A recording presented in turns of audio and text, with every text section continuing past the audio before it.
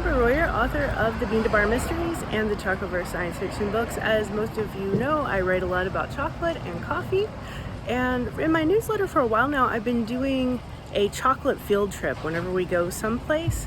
And as we're in Oahu, Hawaii, which is so much fun already, we're going to check out the chocolate and coffee scene in a video blog. So we're going to go right now to the Cat Cafe, which benefits the animal shelter, and the cats that we're going to interact with are all adoptable.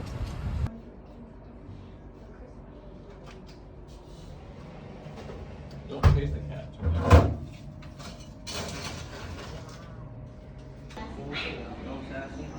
She lashes, there's no law. Yeah. She just doesn't like the other kittens right now, which is fair. She's like, I have no idea who the heck you are. I don't know where the heck I am, but she's gonna figure it out. The cats just run out of nowhere to get it.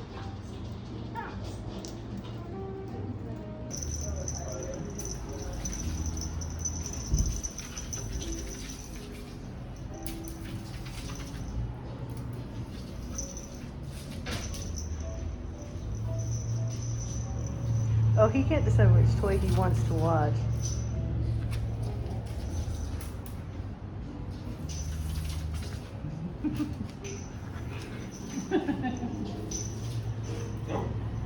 That's my toy. You don't share, do you? You don't know how to share, do you? Huh? You don't know how to share.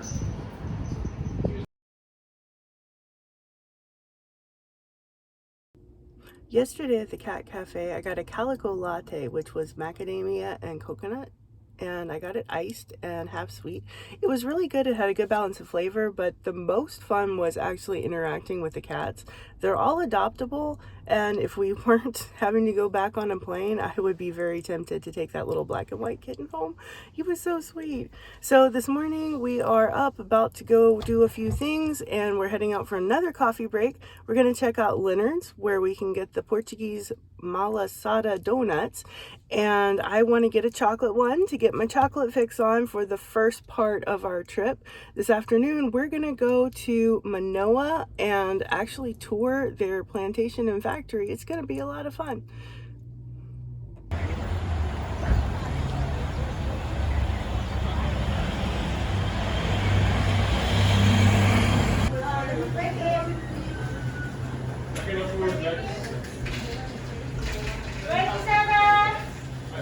When you're at Leonard's, you wait in line outside, and out there, even the chickens seem to like the malasadas.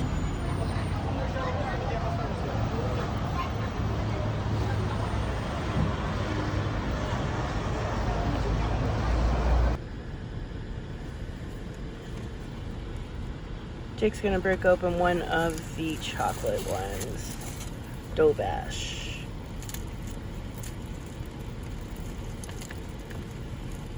So we've got that, and I've got my Kona blend coffee. It's gonna be a good morning.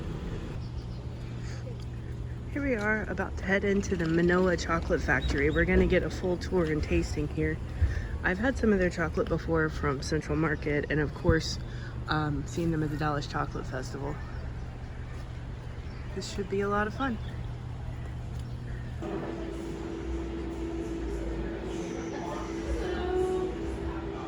Actually only 1 to 2 centimeters in diameter. These flowers will appear all over the tree, all over the trunk, all over the branches. It can be anywhere from 1 to 3,000 flowers per tree. Nope, it's good. Cacao is a superfood. It has lots of antioxidants, selenium, magnesium, theobromine, which is a feel-good chemical. So it's very, very healthy for you. Put the air bubbles out of the chocolate. From there, it goes through our solidifying chamber, and then we have workers. It's a little hot, so you might want to let it cool off. Okay, so everybody should have a tasting wheel in between you. This is not meant to indicate ingredients, but rather this is something to help you identify the various tasting notes that you're going to. Great floral flavors as well. basically what it is. During our tour here at Manoa, we learned a lot about the history of cacao as grown in Hawaii. Apparently, it was a gift from Guatemala to King Kamehameha III back in 1830. Then there was a gap until it was actually grown successfully, and now craft chocolate has taken off. It's still not a huge commodity based on the amount of land, so they save it here for special bars that don't have any added flavors or inclusions so that you can taste the unique flavor profiles that come across. We also learned that Hawaii is actually at 21 degrees north of the equator, and cacao usually is grown in that band between 20 degrees north and south, so the fact that they are just a little bit above makes it harder to grow it here. And so our tour guide actually referred to it as being the North Pole of the cacao growing region. We got to see a little bit of what goes on with their machines. And then we did this chocolate tasting, and I'll show you guys a still slide of which ones were my favorite. But actually all of the bars were really good. Everything we tried here was amazing, including they do a hazelnut spread with chocolate and a macadamia nut spread. And they have a little contest going on as to which one is the best, but secretly hazelnut is the way to go. Sometimes it can help to take notes when you're doing a chocolate tasting so you can remember what the flavors were in each piece. But the bars that we were looking at have flavor notes on the back, so I just decided to slide the ones that I really liked up so that when we were done, I could look at the real bars and compare the flavors. Here's some of what we got to see during the educational part of the tour, including some fermented but not roasted beans. They also showed us a little bit of what can happen when roasting goes wrong, just to show how much care needs to be taken.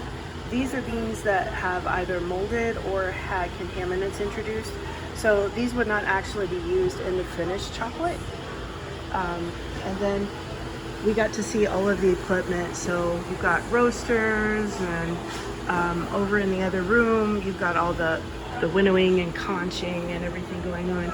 Interestingly, they use the ball machine, which allows you to get a lot of the same things going on as you do with the conch, but they also conch later to remove any off flavors. Today is our last full day in Oahu, and we're about to go snorkel with sea turtles.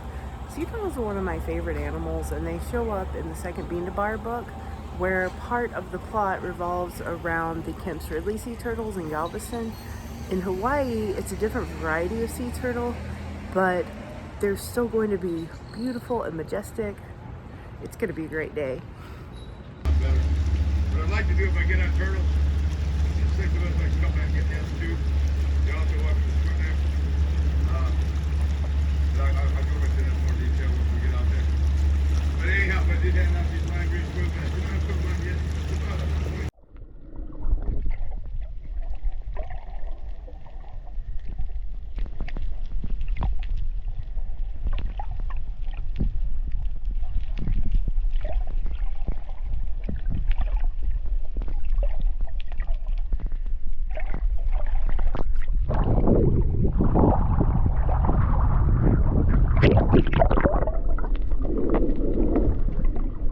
Now we're heading out to 21 Degrees Estate. This is one of the cacao farms in the area, and they do their processing through Manoa. So the roastery that we were just at would get the beans, roast and process them, and return the chocolate under the label of the plantation that we're about to see. We're out at 21 Degrees Estate. This is one of the cacao plantations that Manoa works with. They process the chocolate for this plantation, and then we're going to buy some of the chocolate from here later. But first, we're going to look around and look at some of the cacao trees, see some of the other fruit growing on the property. So a lot of people say that cacao leaves only get so big. This leaf is actually a lot longer than the longest leaf we have on our tree. For Claude, his leaf's only about yay big. This is a good 4 to 6 inches bigger than Claude's biggest leaf. Right here, one of the first cacao pods that I've seen since we got here. I think Jake is having more fun than I am, even looking at the different stages of the growth that we have here, because you can see mature pods right next to tiny little baby pods. Look at how small some of these are.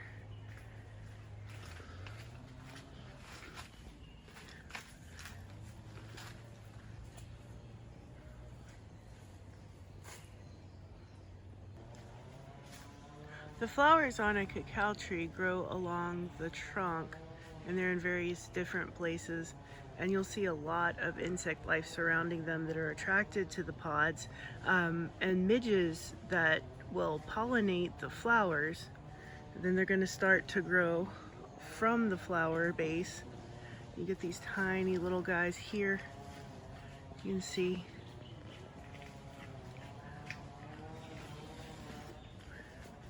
And then they're going to start to get bigger.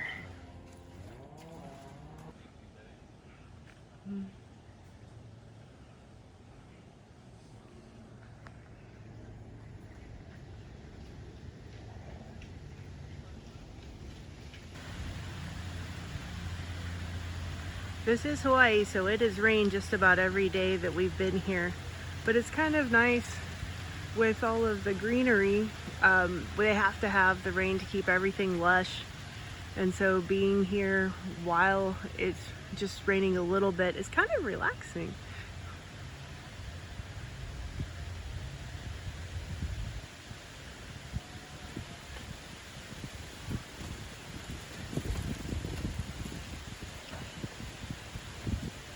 "21 degrees north of the equator is 1 degree north of where cacao trees should be able to flourish. And so the fact that this plantation exists is really a neat thing. There are so many other tropical plants out here growing above, because cacao is an under canopy plant, and in with the cacao, there's a starfruit tree over there, which I've never seen starfruit actually growing on the tree, so that was pretty cool. And that one is really tall. And there's also hibiscus, is one of my favorite flowers. So over here, they have a beautiful, beautiful hibiscus, which seems to have gone a little crazy enjoying all the rain.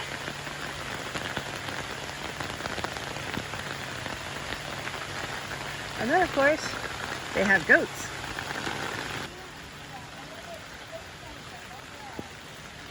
That's such a good goat. They don't good care goat. about the rain. Nah, they got fur.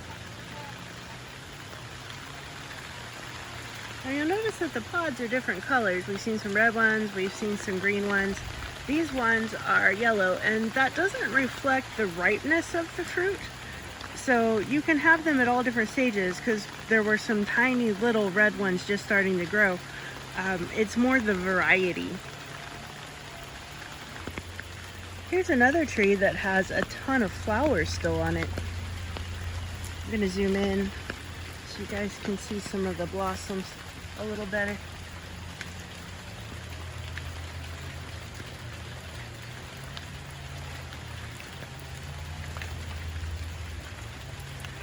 We mostly think about the way chocolate tastes, but it really is a lovely flower.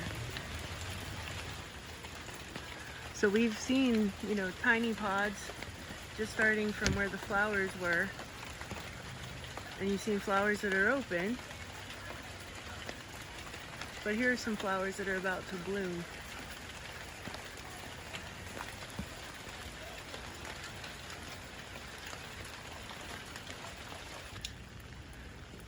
So we're about to take a look at some of the beans that are in the process of drying.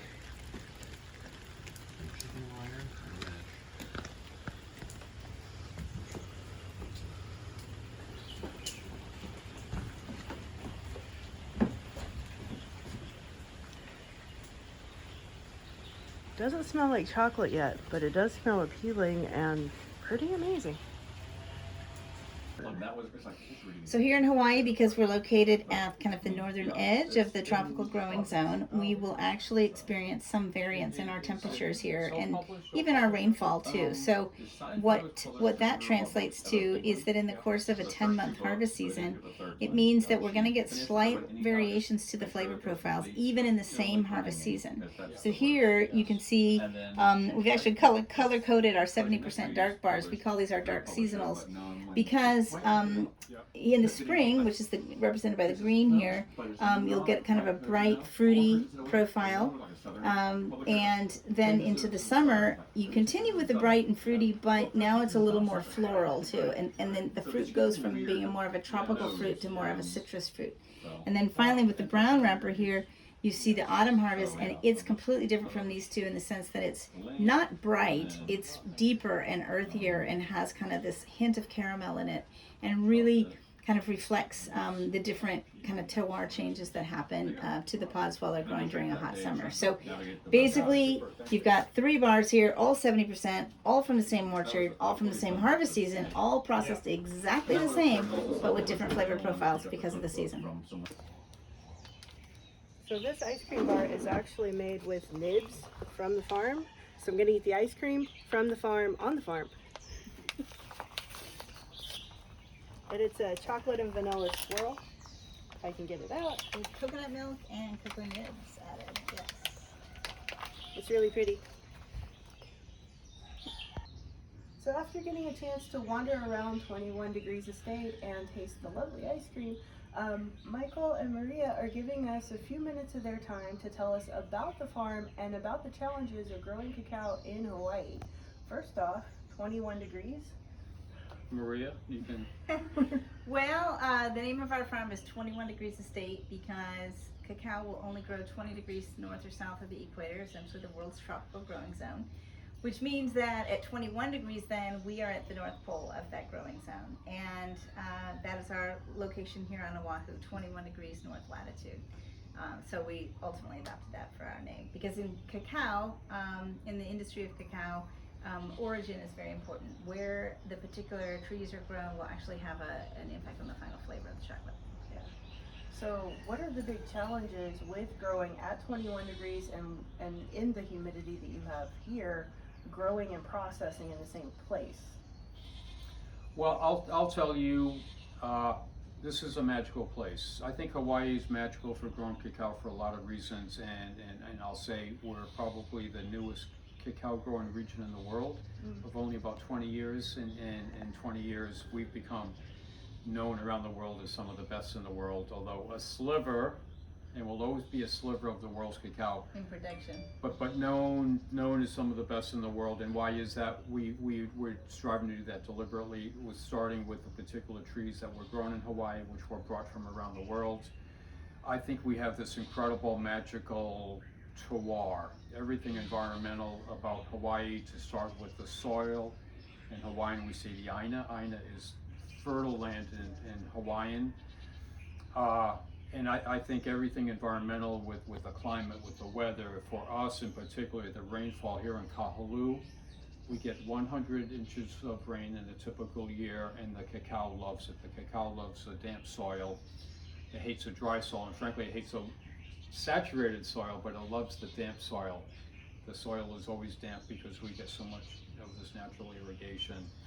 And we as farmers, as an industry, we strive to be good stewards, good farmers of the cacao. And I think for all these reasons is why so far we have been reasonably successful at growing cacao.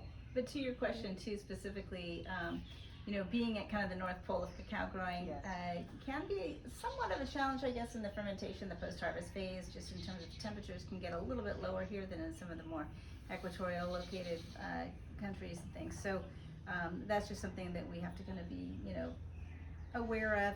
But on the flip side of that, when you're located at the North Pole of cacao growing, it gives you this great diversity and flavor profiles too.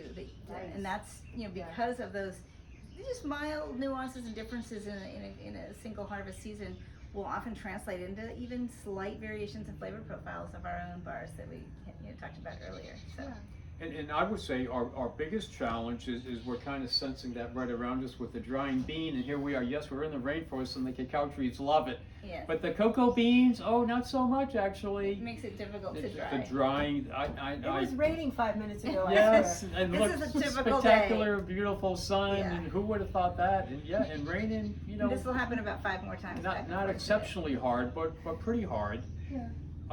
That's the biggest. I've come to the conclusion the biggest challenge is the drying, and so in the post-harvest, after we harvest, the first step is fermenting. The second step is open air drying, and I want the sun, I want the breeze, I want the lower humidity. And how often do we have that in Kahalu? Oh, not as often as I would like.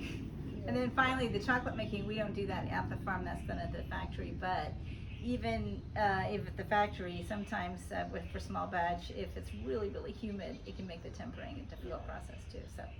So you said you have a partnership with Manoa for part of the processing. So you do the growing, the fermenting, the drying, and so what do you get back from them? So we will, we'll typically contract, in that case, Manoa or Mas Madre or other chocolate makers to make chocolate out of our cacao for us. So they'll Okay. actually make it and then package it in our packaging for us and return it to us for our retail sales. But yes, we like to collaborate with a lot of our local chocolate makers here in Hawaii to keep it all in-house, so to speak. So do most of your sales come during the tours and from people who are visiting Hawaii, or do you do a lot more shipping? A little of both, but I'd say majority is from our visitors to the farm, because we do have a lot of tours and tastings and other events here at the farm, and they go come, yoga. yeah, and go yoga, farm to table dinner, and all these things. And so when people come, they typically like the opportunity to be able to purchase chocolate from the farm. So I'd say the majority of our sales do come from that. But you know, when COVID happened, we started e-commerce like a lot of businesses did, and so now that's actually a place where a lot of people do purchase our chocolate. And may I say, visitors to the farm are both visitors to Hawaii, but also Hawaii visitors to the farm as Right, well. local residents. Yes, a significant number of our visitors are Hawaii people. Nice. Yeah. So, where can they find you? So if you happen to be on Oahu, we are of course on the windward side of Oahu, and you can come visit us.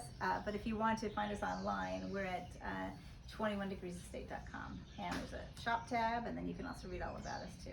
And may I say, we're pretty prominent on the internet.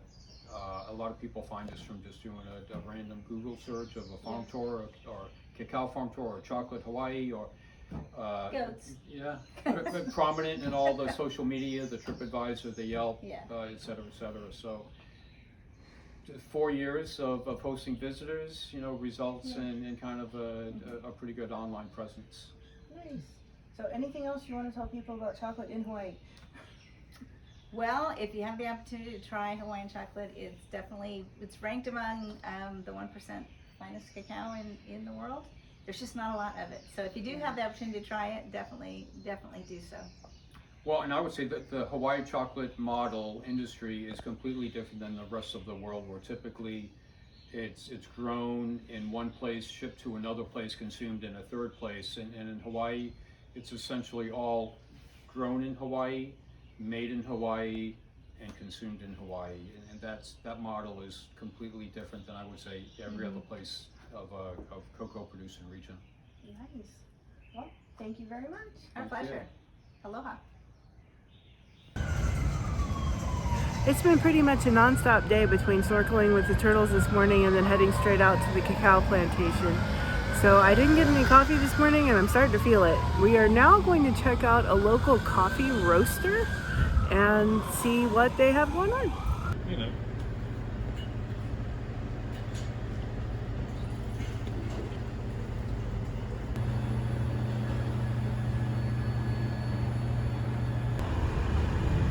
So I just got a coffee from Chad Louise, and we learned that this is a local coffee roaster that has a small plantation even here in Kihei. And a lot of what they do involves local coffee done in special ways. The coffee that I got was aged in a rum barrel, and you can smell the rum coming off of it. I wish we had longer to spend on Oahu because there are a lot of really cool chocolate and coffee related places here, including other Hawaiian grown chocolate. We're gonna have to catch at least one chocolate here.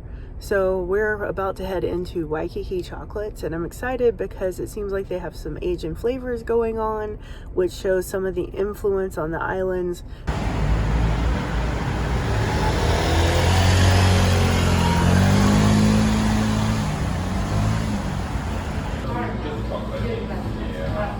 So here we are checking out some of the flavors with Lou Garda at Waikiki Chocolates, and check out how beautiful these are.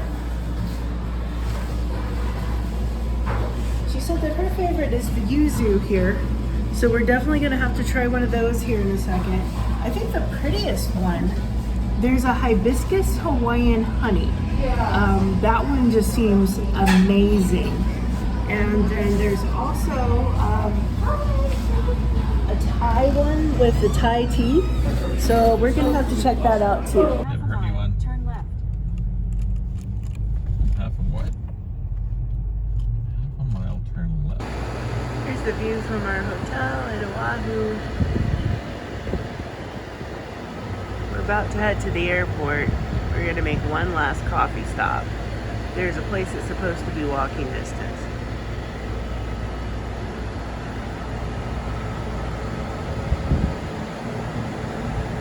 Check out the pool up there. This thing doesn't have a pool. If you ever do visit Honolulu or Waikiki, the biggest thing we've run into is issues with parking. One of the friends we came to visit gave us some Reese's chocolate, and this came straight from Tokyo. You can also get it in California. It's got a high cream content, so it's not really shelf stable. We've kept it refrigerated, and now that we're going to the airport, we're trying to figure out what to do. This one is matcha flavored chocolate. It's really good. So we're looking for Kai coffee inside the Hilton Resort, and it's actually kind of like a shopping mall under here. But it's supposed to be really good, local. They said that every shot is hand pulled and every coffee is hand poured, so it should be a really nice shop. Anyway, Thai coffee. Check it out. There's even an indoor waterfall in here. This is not the first shopping center where I've seen an elaborate water feature like this. It's right next to the coffee shop.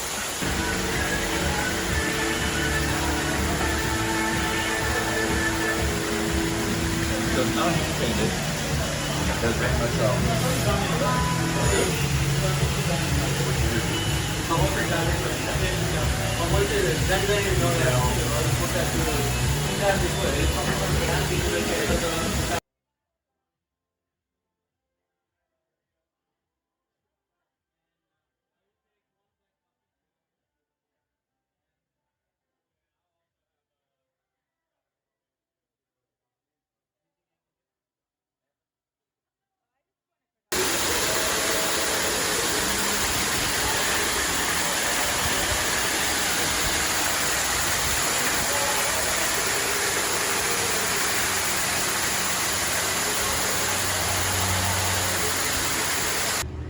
Now that I have my cortado, we're going to take it across the street for one last look at the beach here before we get on the plane to head to the next island.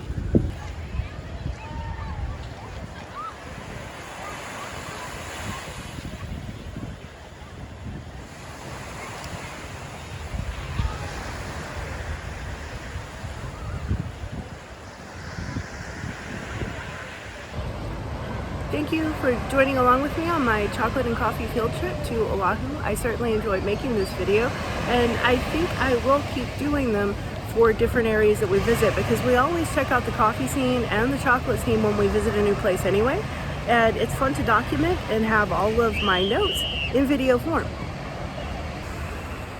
And I also wanted to thank Jake for following along, taking some video, helping me find maps and notes and not get lost. and hope you'll come back next time. Aloha! So check for the links to all the places that we visited in the description below, and remember, a lot of them ship to the mainland.